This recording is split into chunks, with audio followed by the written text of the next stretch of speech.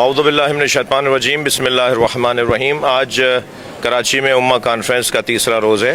اختتامیہ ہے، اور میں ممنون ہوں امہ کانفرنس کے ذمہ داروں، خاص طور پہ ڈاکٹر عظمت حسین صاحب جو تشریف فرما ہیں۔ پوری دنیا سے شخصیات تشریف فرما ہیں۔ حرم سیدہ زینب سلام اللہ علیہا کے متولی شرعی آئے ہوئے ہیں، جن کا فیملی نام مرتضیٰ ہانی، اور یہ ہمارے یہاں کی سرکاری شخصیات سے بھی ان کی ملاقاتیں رہیں۔ امہ کانفرنس کے جو مقاصد ہیں وہ ان کی نشستوں میں یقیناً بہت واضح ہیں۔ میں آپ کو یہاں عرض کرنا چاہوں گا کہ امت اس وقت جن مسائل کا سامنا کر رہی ہے اور امت کو جن مشکلات کا سامنا ہے وہ ہے استکباریت اور استعماریت، وہ ہے عالمی ڈکٹیٹر اور عالمی دھونس اور روب والے لوگ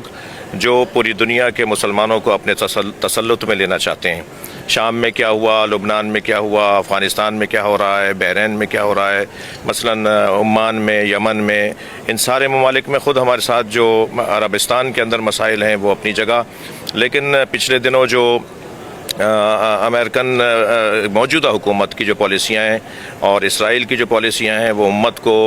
مضطرب کرنے کی پالیسیاں ہیں، لیکن آپ یقین جانیے کہ امت جب امت واحدہ ہوگی، جب ہم سب مل کر ایک دوسرے کے ساتھ ہم آہنگی کریں گے، اور ہم اس وقت یہ سمجھتے ہیں کہ مسلمانان عالم کے لیے، جو بلکہ مظلومان عالم کے لیے، مظلوموں، عالمی مظلوموں کے لیے اگر کوئی ڈھارس اور سہارا اور کوئی چھتری ہے تو وہ اسلامی جمہوریہ ایران ہے، رہبر انقلاب آیت اللہ سید علی خامنئی ہے۔ امید کرتا ہوں کہ امت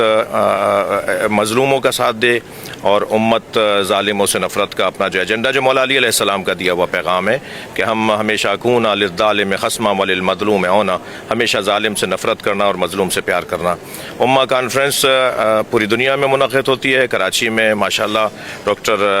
عظمت حسین اور ان کی تمام ٹیم نے بہت اچھے انداز سے منعقد کیا۔ میرا ان سے یہ بھی خواہش ہے کہ اس کو تہران میں بھی منعقد کیا جائے، اس کو جو ہے وہ قم میں بھی منعقد کیا جائے، اور عالمی سطح کی شیعہ شخصیات، مسلمان شخصیات، دانشور، آرٹسٹ، مختلف فنون سے تعلق رکھنے والے لوگ، شاعر ہیں، خطیب ہیں، مؤلف مصنف ہیں، لکھنے والے ہیں، دماغ ہیں، جو تھنک ٹینک جن کو کہا جاتا ہے، ان کو آپ ایک جگہ کر کے ان سے بہت سے خیالات آپ لے سکتے ہیں، اور یہی آپ کام ایک عرصے سے انجام دے رہے ہیں۔ انشاءاللہ یہ امہ کانفرنس اپنے اہداف اور مقاصد تک پہنچے گی۔